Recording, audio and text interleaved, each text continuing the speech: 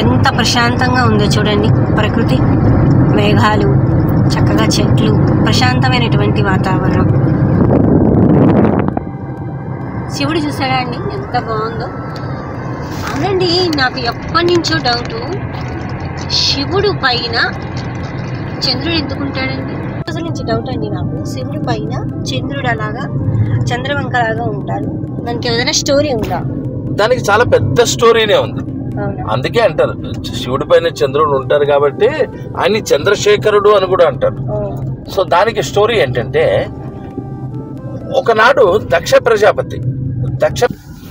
ప్రజాపతి తన 27 మంది కూతుర్లని ఒక మంచి వరుడికిచ్చి వివాహం చేయాలని వెతుకుతూ ఉంటాడు. సో ఆ వెతుకుతున్న క్రమంలో అనసూయాదేవి కుమారుడైన చంద్రుడిని చూస్తాడు. సరే, చంద్రుడైతే చాలా అందగాడు, తన 27 మంది కుమార్తెల్ని బాగా చూసుకుంటాడని చంద్రుడికిచ్చి వివాహం చేయాలని అనుకుంటాడు. వివాహం చేసేటప్పుడు 27 మంది కుమార్తెల్ని చక్కగా అపురూపంగా పెంచాను, అంచేత వీళ్ళందరినీ బాగా చూసుకోమని చెప్పి చంద్రుడికిచ్చి వివాహం చేస్తాడు. కాకపోతే దాని తర్వాత ఏం జరుగుతుందంటే, చంద్రుడు ఆ 27 మందిలో రోహిణీ దేవితోనే ఎక్కువగా ఉంటాడు. మిగతా వాళ్ళని నెగ్లెక్ట్ చేస్తూ ఒక్క రోహిణీ దేవితోనే ఎక్కువగా గడుపుతాడు. అప్పుడు మిగతా 26 మంది సిస్టర్స్ వెళ్ళి తండ్రికి కంప్లైంట్ ఇస్తారు దక్ష ప్రజాపతికి.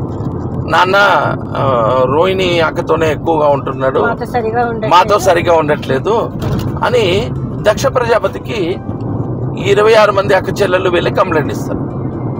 అప్పుడు దక్ష ప్రజాపతి చంద్రుడిని పిలిపించి, నాయన నీకు 27 మందిని ఇచ్చి పెళ్లి చేశాను, సో అంచేత 27 మందిని సమానంగా చూసుకోవాలి, అంతేగాని ఒక్కళ్ళ మీదే నీ ప్రేమ ఒలకపోస్తే కుదరదు అని కొంచెం గట్టిగా చెప్తాడు.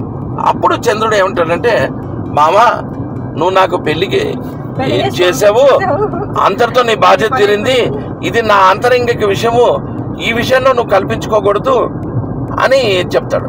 అప్పుడు దక్ష ప్రజాపతికి చాలా కోపం వస్తుంది. వెంటనే దక్ష ప్రజాపతి చంద్రుణ్ణి శపిస్తాడు.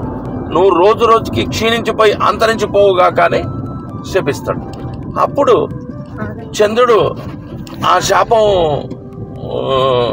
ఇచ్చిన తర్వాత చాలా బాధపడిపోయి దాని తర్వాత విష్ణుమూర్తిని, బ్రహ్మదేవుడిని అందరినీ వేడుకుంటాడు. చంద్రుడు దక్ష ప్రజాపతి ఇచ్చిన శాపానికి విమోచనకై విష్ణుమూర్తిని, బ్రహ్మదేవుడిని వేడుకుంటాడు.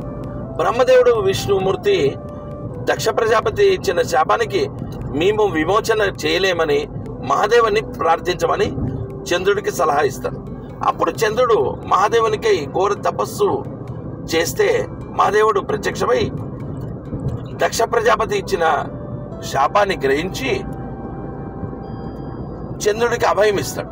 అప్పుడు దక్ష ప్రజాపతి, నేను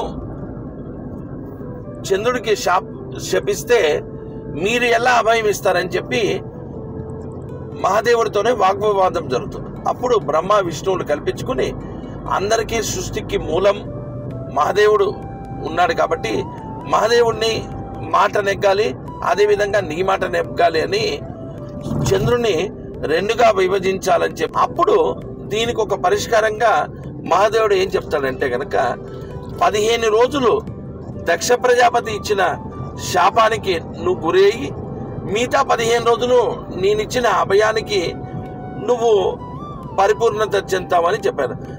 అదే మనకు వస్తున్నది పౌర్ణమి, అమావాస్య. 15 రోజులు మెల్లిగా దక్ష ప్రజాపతి ఇచ్చిన శాపానికి చంద్రుడు నీరసించిపోయి చిన్నగా అయిపోయి వస్తాడో అదే అమావాస్య అవుతుంది. అదేవిధంగా 15 రోజులు మహాదేవుడు ఇచ్చిన వరానికి చంద్రుడు పూర్తిగా దిందిన ప్రవర్ధమానంగా వస్తూ అది పౌర్ణమి అవుతుంది. అదే పౌర్ణమి, అమావాస్య. మహాదేవుడి గురించి చంద్రుడు చేసిన ఘోర తపస్సుకు మెచ్చి చంద్రుణ్ణి శివుడు తలపై ఉంచుకుంటాడు. అందుకే శివుడికి ఇంకొక పేరు ఏంటంటే చంద్రశేఖరుడు అని కూడా అంటారు. సో ఇదే మనకు వచ్చిన పౌర్ణమి, అమావాస్య, దాని వెనకాల ఉన్న స్టోరీ. అదే నువ్వు ఇందాక అడిగావే శివుడి తలపై చంద్రుడు ఎందుకుంటారని, అదే దీని వెనకాల దాగున్న స్టోరీ. ఓకేనా? విన్నారు కదా ఫ్రెండ్స్, పరమేశ్వరుడి తలపైన చంద్రుడు ఎందుకు ఉంటాడు అంటే ఇంత స్టోరీ ఉందన్నమాట. కాబట్టి శివుణ్ణి చంద్రశేఖరుడు అని కూడా చంద్రుడు తపస్సు చేయడం వల్ల స్వామి నెత్తి మీద పెట్టుకున్నారు చంద్రుడిని. మరి విన్నారు కదా, మరొక ఎపిసోడ్తో మళ్ళీ కలుద్దాం. Thank you.